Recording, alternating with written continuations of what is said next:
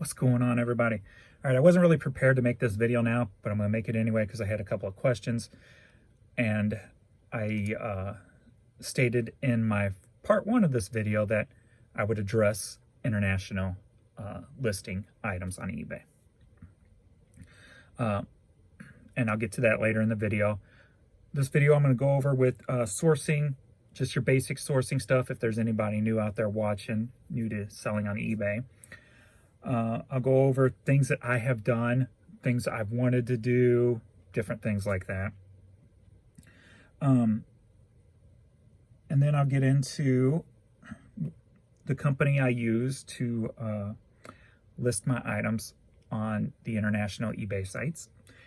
And I can even actually pull up numbers to show you, or at least tell you, how I do and what I do. But, you know, it's going to vary with people depending on, you know, what you're selling and how many items you have up. So I'll get into that deeper into the video. And what I'm hoping that will do is ramp up your sales, because it really helped me and ramp up my sales. So if you're not afraid to ship internationally, it's going to be a great benefit to you. If you're afraid to ship internationally, get used to it if you want to make money, if you want to keep doing this. Or if you want to turn it into full-time, I should say. Get comfortable with it. It's only uncomfortable until you learn how to do it. So learn how to do it. And I'm sure there's plenty of videos out there that'll walk you through the steps and details and all that stuff you need to know. It's pretty simple basics if you use stuff like stamps.com and things like that. So we're going to get into sourcing. Different places, different how to source. And maybe we'll start at the bottom.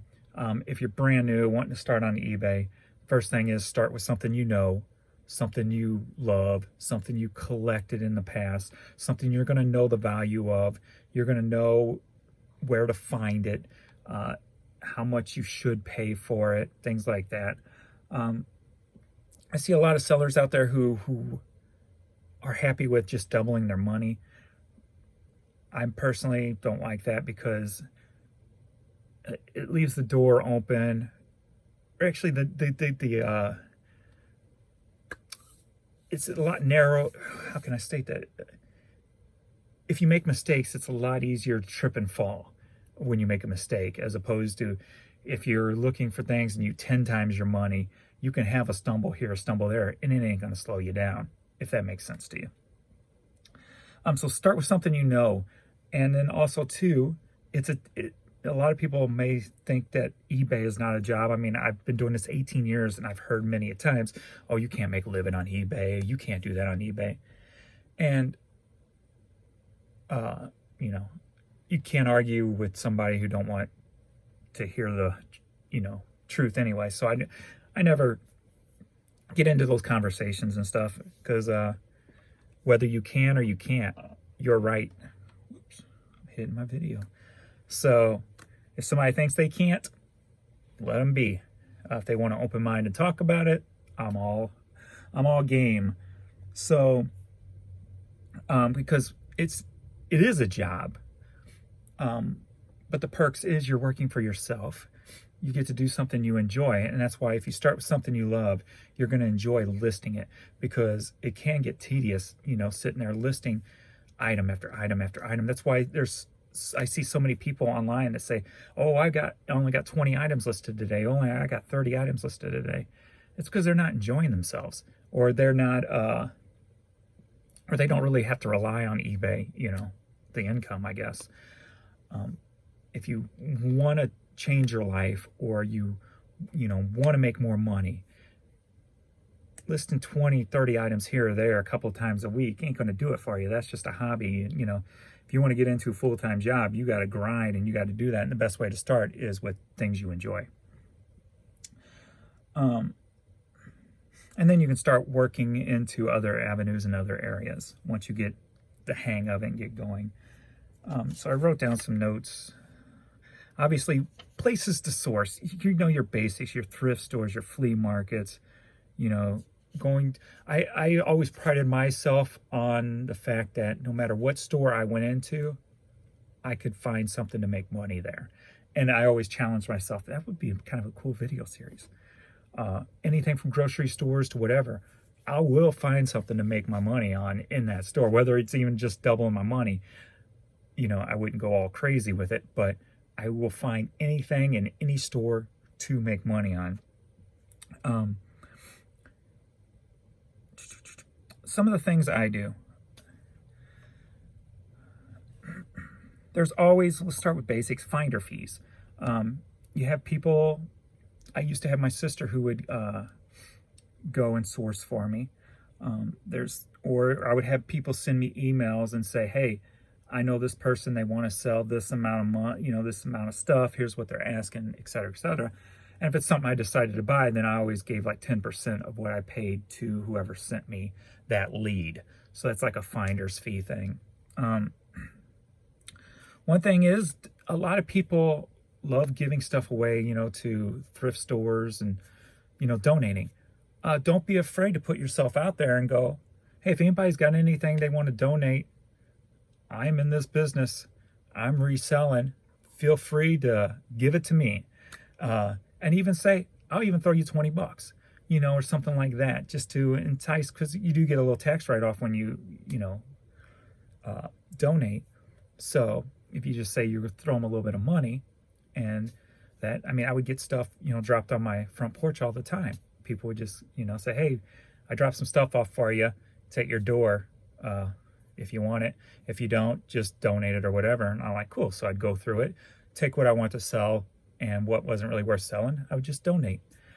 Thankfully, I have 2 places that come to my house, so I don't have to travel to donate stuff. So if I get, say I picked up a bunch of shoes at the bins, and I get home and a couple of them was a little worse than I noticed at the bins, I throw them in a giveaway box, or whatever the case may be. So I have a giveaway box sitting by my door. I throw stuff in it. And I have American Red Cross that comes once a month. And I have, what do they call this? For women and children, for battered women and children. So they come once a month and pick up stuff from me. So then I'd put like a lot of the kids' clothes. I might, the big lot that a friend gave me, a truckload of stuff, I'll put a lot of the kids' clothes in there, donate those and different things like that. Don't just donate my crap, but so that's one thing. Don't be afraid to sit there and say, hey, I'm looking to buy stuff. If you're looking to give stuff away, over here, give it to me. And with social media, it's easy to do. I just put it on your page and you're friends with the friends. So boom, it's pretty simple. Let's see. Always look for clearance stores. There's a lot of chains out there who have clearance stores. Not just like in your outlet malls, those places that are not really outlets. But you can source in those too. But look for actual outlet malls, or outlet stores, I should say. Another thing is look for recycle centers. There's recycling centers in every city, everywhere. Whether it's, even like a junkyard in some cases, but a lot of junkyards even sell online nowadays. But maybe if you're in a smaller town, they may not. But so recycling centers. There was St. Louis Public Library was, I believe it was the Lindbergh location at this time that I got. They were taking everything out. They were going to, rebuild the building and redecorate it, whatever the case may be. So they took all their stuff and sent it to the recycling center. Well, I had a friend who gave me a call and said, hey, I got all these pallets of CDs sitting here. Do you want them? And so instead of recycling them, I went down there and I paid $100 per pallet full. It was tall. I had to get a U-Haul truck, and they had they put them in the truck for me. But I got like 6 pallets full of library CDs, and they weren't perfect, but they were library stuff, and so there was a lot of more current stuff in there. But $100 for each thing, I made my money back in no time on that stuff. That being said, too, I also have for something like a CD, it's especially for like a library, it's going to be scratched up. So I bought a professional resurfacing machine to clean them up and make them perfect again. So that was another little investment. One thing I used to do, another thing too, a lot of thing that's popular now is buying, if you saw my video, bulk.com, a lot of places like that. That stuff's, unless you know somebody or can pick it up local, it's really not worth it. You know, turning $200, you know, or buying a pallet of stuff for $200 that the retail value is $1,200 makes no sense, because that's retail new. That's not resale market. That's not eBay prices. So you're basically turning 200 into 600, and that ain't really worth the time. So what I suggest to do is find those places around your area. Like St. Louis, if we have any like that are big like that, I have not found them yet.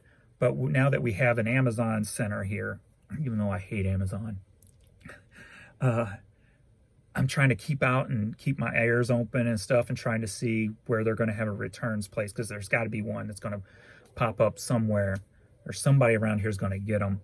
But there are other little places that you'll find. I mean, even if you have to go to the seedy part of town, and by seedy I mean the industrial, areas, you can find places. They might not all be this and that. Some of them may pick through the stuff themselves, et cetera, et cetera.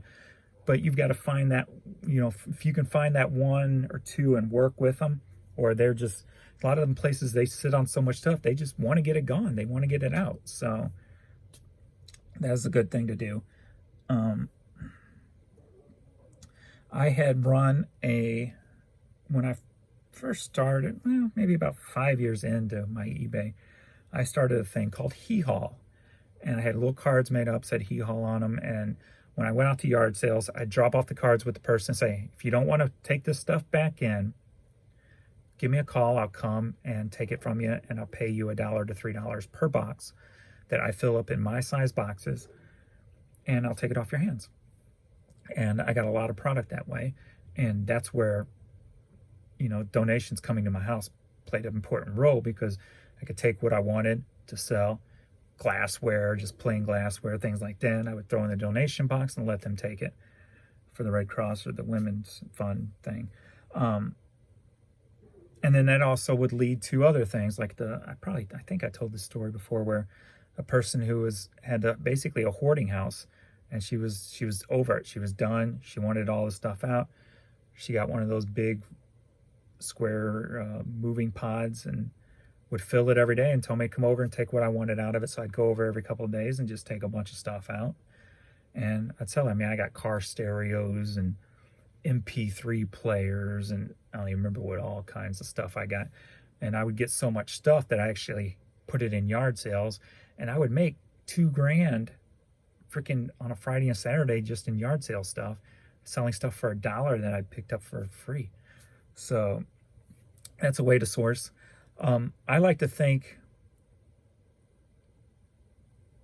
I kind of want the challenge. Like, my brother lived in a small town, so I kind of always wanted the challenge to go into a small town and just start trying to find people, the backwoods, the barns and stuff, of just this mother load of stuff. I've always dreamed of doing that.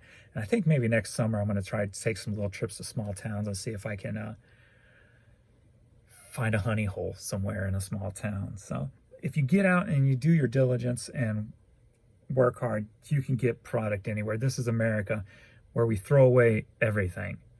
And you can make money on stuff that people don't want. People give away items worth hundreds of dollars to thrift stores. Why can't they give them to you? So if you do things right, it can all fall into place.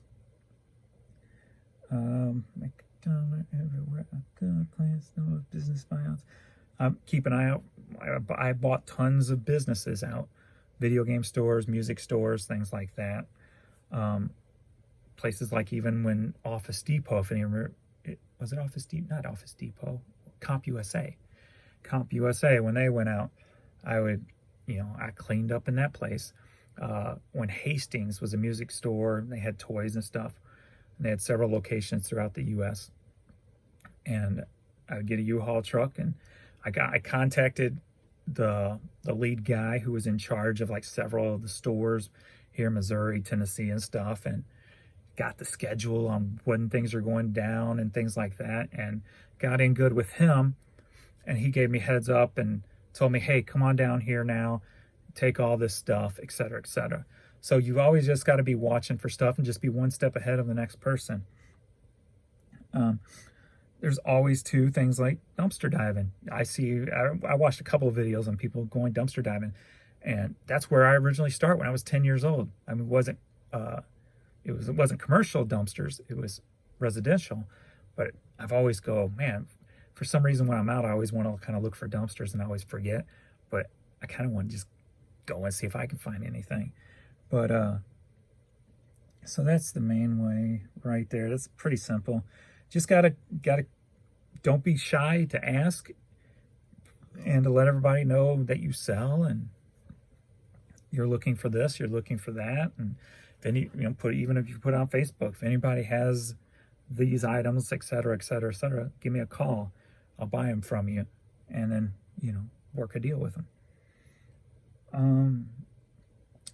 Another question I had, and I've addressed this in some videos before, a person asked, since I've been buying a lot of hats and t-shirts, why hats and t-shirts? Why am I concentrating on hats and t-shirts right now? And I haven't done my numbers for November, and sadly I still haven't wrote them down for October. I'm so far behind. So let me pull this up here, and I'll give you an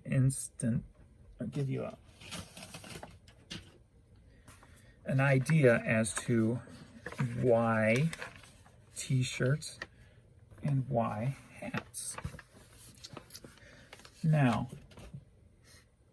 as I said before, I'm using those as my foundation pieces to rebuild my business. Before, my foundation was CDs. I did music, cassettes and DVDs and video games, but CDs were my foundation. That's where I made my big money, and it was stuff that sold. Man, eBay sucks ass. Go. It's stuff it will still sell all day, every day. They just don't sell it for as much anymore, sadly. In September, CDs, I sold $4,482 worth. That's with shipping included. Without shipping, $2,600. Where before, when I was on Amazon, I was doing $20,000 a month just in CDs alone on Amazon. So when I had to switch over to eBay because Amazon is a bitch, Amazon, it was like I was on Amazon for 8 years, and in 2013 they sent me an email saying, "Oh, we've had several complaints that you sold counterfeit CDs." And I'm like, no, I don't sell counterfeit CDs. I'm like, I've been working with music and CDs almost since the beginning of CDs. In 1993, I've been working in local music stores. I'm like, no, I would not sell nothing that's counterfeit or fake.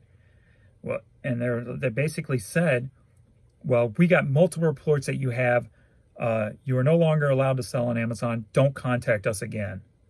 And I'm just like, what the hell just happened? And you can imagine how much stress I went under from going from $20,000 a month to $0 a month. So it was heavy. So I started doing research, and I saw at this time a lot of the sellers on Amazon that I knew at that time, they all started disappearing off Amazon. And so I started kind of reaching out and stuff like that. And they're like, yeah, they're telling us that we sold fake stuff and this and that too. So it almost seemed like Amazon created a false story to get rid of certain sellers. I was doing the penny CD thing at that time, and I know they were trying to transition out of that. And my thought was, why didn't you just do like half.com and say 75 cents has got to be your limit. On penny CDs at that time, I was pulling in 30 cents profit per item, and I was doing volume, so I just kept rolling with it. Why they didn't just change it up and just started getting rid of sellers for what appears to be lies, I don't know. But it hurts. So that's why I despise Amazon for just the one thing that I've always just, my pet peeve, my thing that always boiled my blood is when I'm accused of something I didn't do. And it just gets under my skin because I've always had a fear of like going to jail for something I didn't do, because you see stuff about that kind of things all the time. And I'm not just talking about, necessarily about being wrong about an opinion or anything like that. I mean, I'll admit I'm wrong all day long if it comes to just anything and everything. But if you sit there and say, hey, you killed this guy in 1967, oh, I'm going to get pissed.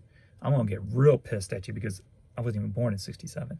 But you know what I mean? When it's something that clearly there's no way in hell I did wrong, it just aggravates me. And so that's why I have this just distaste for Amazon. And I will never, ever give them any kind of money whatsoever for anything in my life. So, yeah, I don't like Amazon. Let me, so get back to this CD thing. So I started transferring everything over to eBay. And obviously CDs don't sell as well on eBay as they did Amazon. So I started seeing the numbers drop. And then, what is it, 6 months or so ago, maybe a little bit more than that by now, I thought, well, I've got to start rebuilding on eBay, but do it in a way with something else. So I've got to find a new foundation product. And I like the foundation products because it's stuff that will sell all day, every day. So I started getting into t-shirts and hats. And they were selling all day, every day. CDs got down to so low. Like in September, my sell-through rate was only 3.37 on CDs. And that's low. Average per item sold $5.10. So you see, that's why I needed to get out of the CDs. So then I turned to t-shirts, hats, and clothes, basically. So I'm using that as my foundation to build again, because I want my foundation to produce a minimum of $10,000 a month with no efforts, just constant sales of something, So that's what I'm building my t-shirts and CD, t-shirts, DVD, t-shirts, hats, and clothes to do. Like last month, so in September, for my CDs, without the shipping was $2,600. Last month on t-shirts without the shipping was $2,500. So you see, I'm like right there level now. So it's like CDs here, t-shirts here. So now I'm here, but I want to be here. I want to get them back up. So that's why I've been concentrating on things like that. Let me see what I did t-shirt wise last month, or October, I should say. See if it should have been, I hope I grew, because I've been putting a lot of time into t-shirts. Oh, actually, okay, yeah. September, not counting the shipping, was only 1,600. So I've jumped 900 since then. Last month was 2,400. So I'm slowly getting up on the t-shirts, and that's the whole goal, is to keep building. Because the cool thing about doing the t-shirts too, sell-through rate, I run about a 12%, as opposed to CDs, they were 3%. Average per item order, it's dropped a lot because I started clearancing stuff out, where before I didn't really have clearance stuff because I wasn't that far deep into months. So when I start clearing out, so it's $8.64, not counting the shipping, for a t-shirt. And when you're only paying, under 50 cents for them, to me, that's good foundation. Clothes, 2 months ago, clothes is anything other than t-shirts, not including t-shirts or hats. I keep those two separate. So hoodies and jackets and things like that. And in September, clothes was at $1,400. So let's see where clothes was at in October. Whoops, wrong one. So this will give you an idea why I'm picking clothes, t-shirts, and hats as my foundation. Where is, I keep passing it up. So clothes in September was $1,422. Clothes in October jumped up $1,000, oh, more than $1,000, to $2,700. And then in November, let's see where we're at. So, whoops, hit the wrong button. Wait, no, I didn't. Wait, no, oh, sorry, that's wrong. Wrong, I clicked the wrong store category. Duh. All right, let's redo that. So in September, clothes was $1,400. October, it jumped up to $2,300, so it jumped up $900. And then in November, 23, let's see. Hopefully it jumped up over 23. Jumped up to $26,993, so almost $2,700. So you see what I'm doing? I'm building that foundation, and clothes sell-through rates only about 7, but my average per item, not including the shipping, is $15.47 for an item I'm paying under 50 cents for. So hats are not, and the thing about it too is I don't even have nearly the amount up. Like CDs, I've got 15,000 of them in my store, but yet I'm only pulling in, without shipping, $2,600. Where clothes, in September I had 1,300 of them up, and I still pulled in $1,400. So you can see, let me see what I got up now. So clothes, I have, so I'm getting a lot more, sales for little items. So think about if I had 15,000 pieces of clothing in my store, my numbers would be off the charts. They're going to dominate my old, foundation. Right now I've got, counting doubles, 1,300 pieces of clothing in my store. And I pulled in, what was it, $2,400? Or something like that. Let me go back. Almost $2,700. So that's why I'm doing clothes. So many people overlook clothes. And I'll quote Renee from Storage Wars. I saw him, I don't know if it was on the show or if it was on one of his YouTube channels or whatever. And I don't know if he's made it to them or about them. Brandy and Jared, they had their thrift store that failed. And he basically said, it's because you're not concentrating on clothes. You're not dealing with clothes. You're just throwing clothes out, whatever they did with them, donate them, whatever. Clothes are such an understatement. It's a commodity, it's something that people's going to buy constantly. It's just one of those things. People collect t-shirts. People want certain styles, certain colors, certain to match the shoes they're getting, because they got tons of shoes.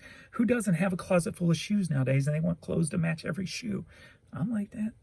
But so clothes is a very, very, it's a huge understatement when it comes to a great foundation product. I can't wait till, at these numbers, if I had 15,000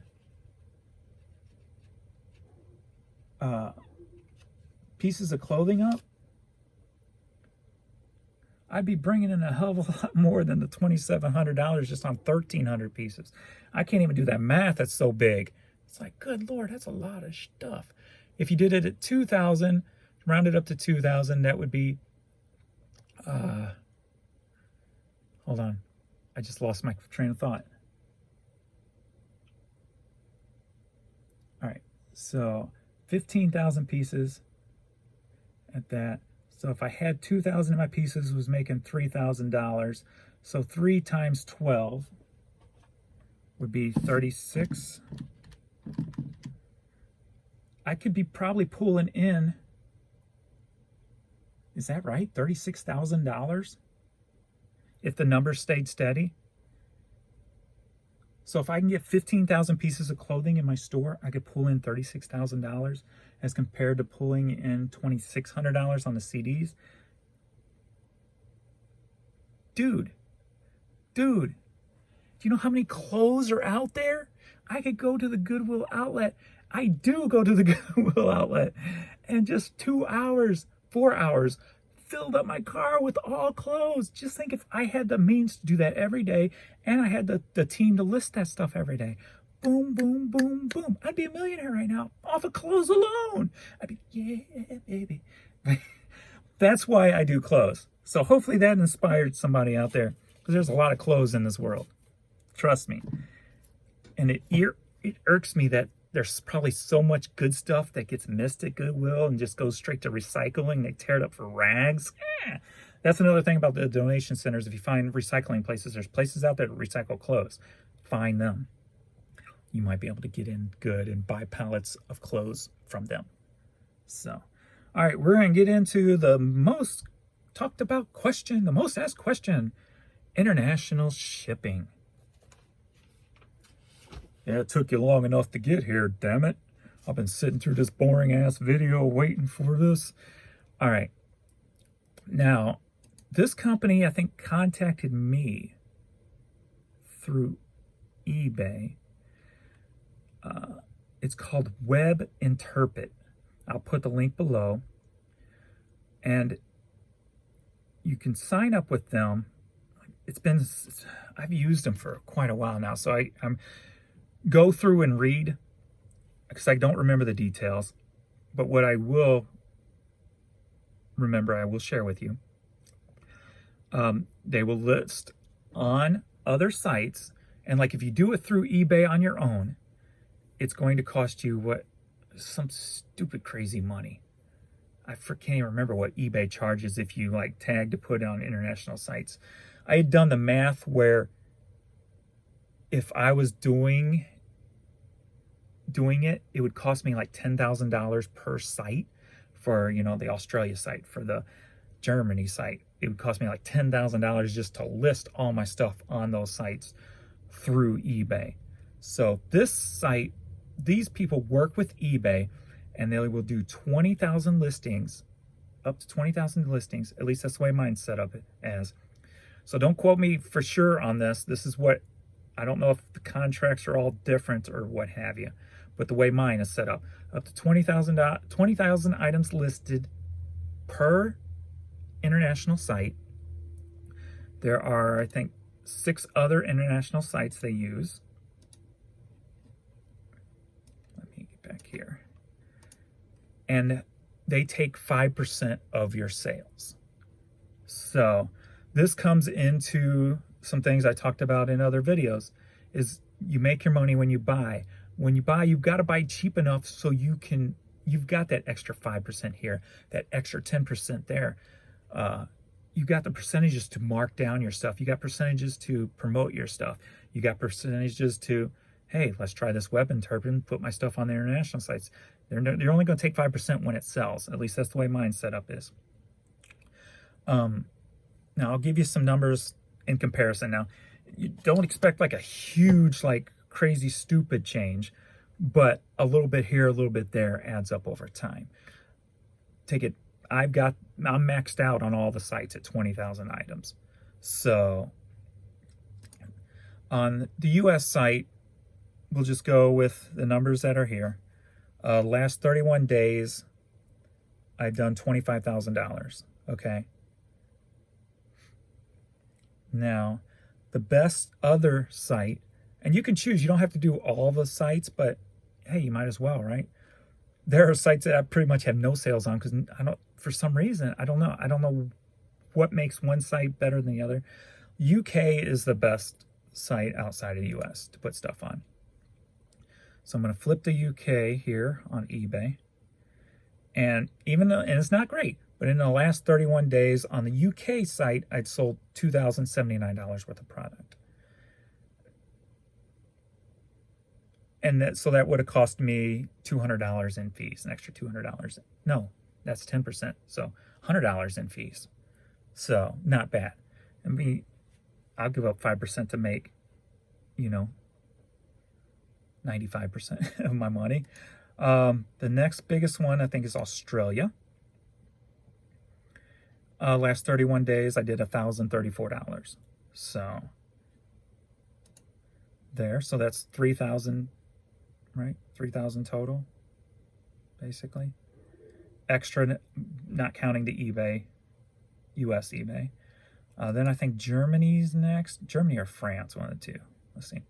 So Germany, I got $888 in the last 31 days. So let's just round. And then we'll go France. France, only $173. So we're still at like 4. And then Spain, I don't think I have anything. $199. Okay, so there's some there. So we'll just call it $4,000 extra that I would not have had if I did not put my stuff on these sites. And that would only be $4,000, would be 400, would be, wait, yeah, 400 would be 10%, 200 would be, so they're only taking, yeah, because my bill was only like, I think 186 when they took money from me this past month. So I'll pay an extra $186 in fees to this company what they do is they interpret everything for you. Because when, like if you see what I sold on, and watch my sold videos, you'll see that if you pay attention to the writing, some of it's, why can't I think today? Why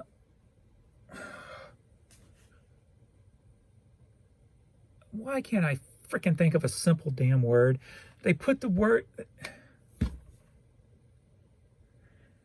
they translate, good Lord, they translate the title so that it, don't you hate when that happens? Am I getting old?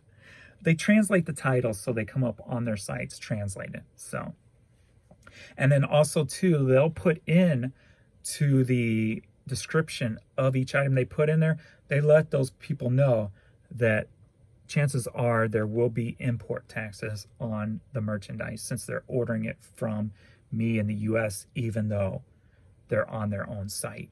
So haven't really had much problems. Of course, you're going to have your issues with people. I'm sure anybody who's shipped internationals has people who go, customs want more money from me. Why are you doing this to me? And they try to put the whole customs thing on you. And I throw it back and I'm like, look, that's your country. That's all on you. I know nothing about customs because I never had to pay custom fees. So I know nothing about it. So that's on you, and your country has nothing to do with me. And then if there is an issue with that, eBay will back you. If it shows that they tried to deliver it, et cetera, they can't get their money back if they just refuse it. So that is a good thing there. So I've had that happen many times. So WebInterpret, the link is below. Hopefully that will do you well. Like I said, get in there, read the details, email the people if you have to get more information. This is my details on my contract. Whether it differs or not, I don't know. So don't quote me on exact prices and stuff like that. It could be a special because I have an eBay store at Anchor tier. So I don't know. So do your due diligence, contact them, whatever you need to do, read their site, et cetera. Like I said, it could be just because I have an Anchor store. I don't know. It could be for everybody. I don't know. So check into that. Hopefully you can use it and hopefully it works for you. And that might affect the percentages too, the fact that I have an Anchor store. So I don't know. I didn't read the details, or I don't remember the details. I read the details that they gave me on what it was going to cost me, and I'm like, go for it. And I was worried because they have to agree every year with eBay. I'm like, so it's coming up December now, and coming January is coming. I'm like, I hope they still work out a deal with eBay. But they've been doing it. I think when I showed my fear, I'm like, well, heck, what's going to happen if the deal falls through? Are you going to end my stuff? Because I can't be stuck with a $10,000 times 6 fee, $60,000 in fees for having my stuff still listed there. And they go, oh, we've been doing it for, I think it was 7 years at that time when they said it to me. And she goes, we're able to continue every year. So it's not going to be a problem. So fingers crossed that it grows over into another year. So I would think if they build a company around it, there's got to be, they're going to do everything in their power to keep it going. So that is the international thing. And I still mark everything that I sell on the U.S. site that I ship international, because I still have people from UK who will go through my U.S. store. The one downfall, the major downfall that I have is when people want to combine, because I ship or sell a lot of items in bulk, basically. Not bulk, but combined shipping. And every once in a while, somebody overseas, they'll buy one item on the US site, and then the next one on the UK site, next one on the UK site, then one on the US site. And you can't combine the invoices from both different sites. So you have to balance that act and say, you need to pay for both of these. I'm going to adjust this shipping down, but so you're going to have to pay twice, but you should be paying the right amount. Or if they pay, I go, well, I'll refund you the difference in shipping or whatever that I charge for combined. So that's been the only downfall, that and people getting upset about custom fees. And I have had negative feedback about the custom fee thing. And eBay will remove it, except they would not remove one of them. And let me see if I can bring that up real quick and tell you why. They should not let people who have under a certain amount of feedback even leave negative feedback without at least showing that they have attempted to contact the seller. Oh, this guy, is it this guy? No.